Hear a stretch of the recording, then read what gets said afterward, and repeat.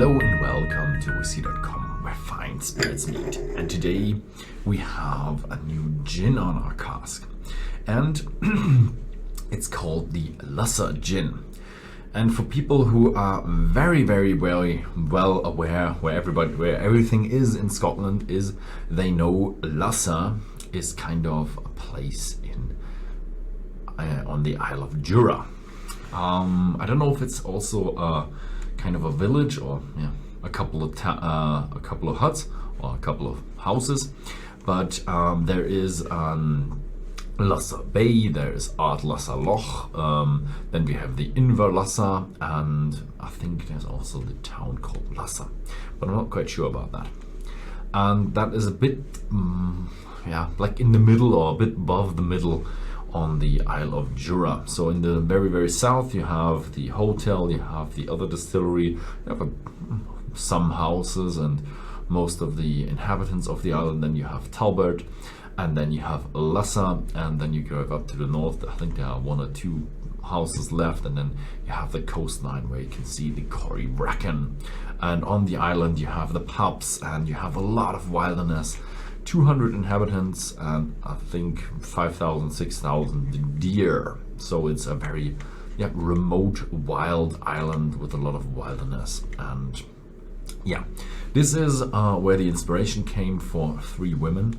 They lived on the island, or they actually came to the island, some of them, and they liked the wilderness, and they harvested some herbs there and some botanicals, as you say, with the gin industry. They actually combined 15 of them and created the Lussa Gin.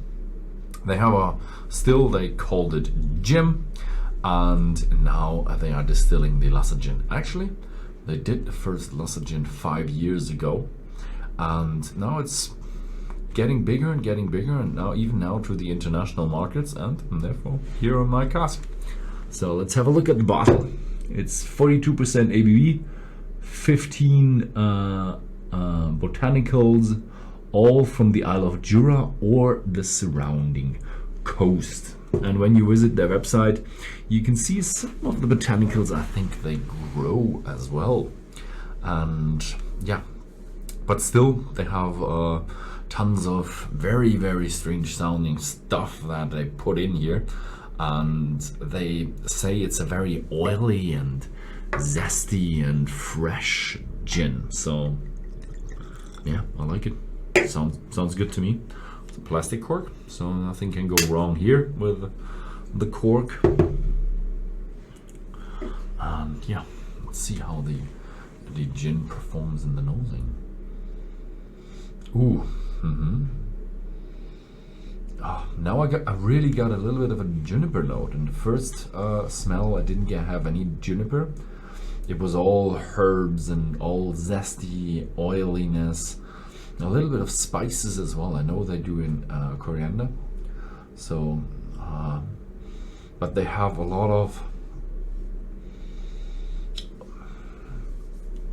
flowers and mint and stuff in here that is really fresh and zesty.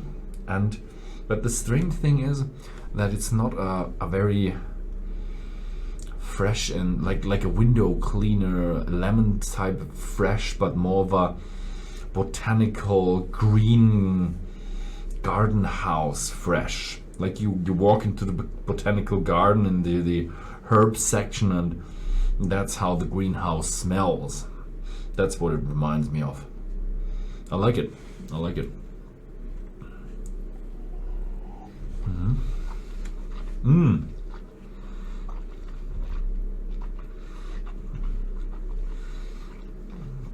Ooh, definitely very oily stuff. The mouthfeel is very oily. It clads your mouth. It's round. It feels a little bit like wax, but it's very spicy and very zesty. Spicy. It's a really spicy one. The first time I tried it was more of herbs and and also some freshness. Now that I have a second sip, the spiciness comes through quite a lot.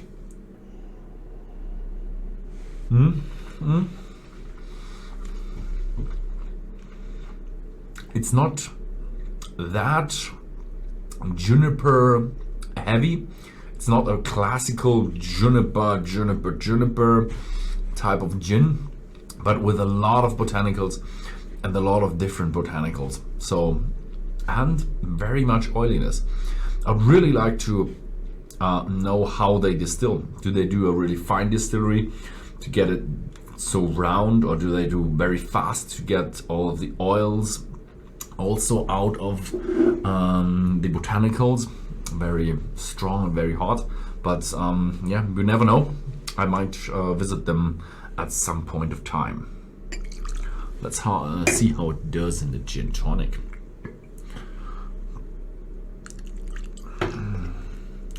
I've already had the gin tonic in the German try, and I found out that don't add much tonic to it. It's a gin that's not that strong against the tonic. So yeah.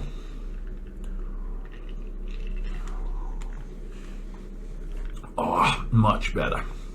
I've just added some of the tonic, and it just gives the gin good amount of sweetness, a little bit of sparkly freshness, a little bit of bitterness, but you can still feel the herbs and the spices and the botanicals, all of them, and that's a good gin tonic. Now, be very careful with the Lussa Gin. It doesn't take much gin tonic to kill it. If you add just like a third of a bottle or a quarter of a bottle, a quarter maybe, still take it, but don't do it. Just add a smidge of it. You will find a really good gin tonic with a nice gin side. But if you add too much, it's just sweet and bitter from the tonic, and the rest is just a little bit of a coriander note, and the rest is gone.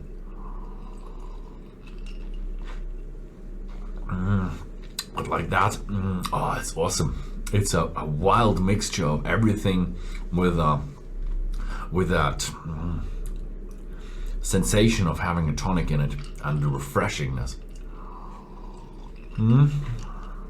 Oh, that's a good tonic, gin tonic. Yeah, it does make a good gin tonic, but be aware that you can easily overwhelm the Lussa Gin. It's a wild and raw gin with a lot of flavors, but they're not exceptionally strong that they can cope with a lot of tonic water. So be aware.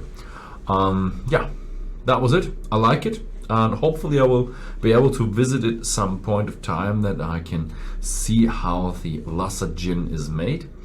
And yeah, that was it. Thank you very much for watching, and see you next time.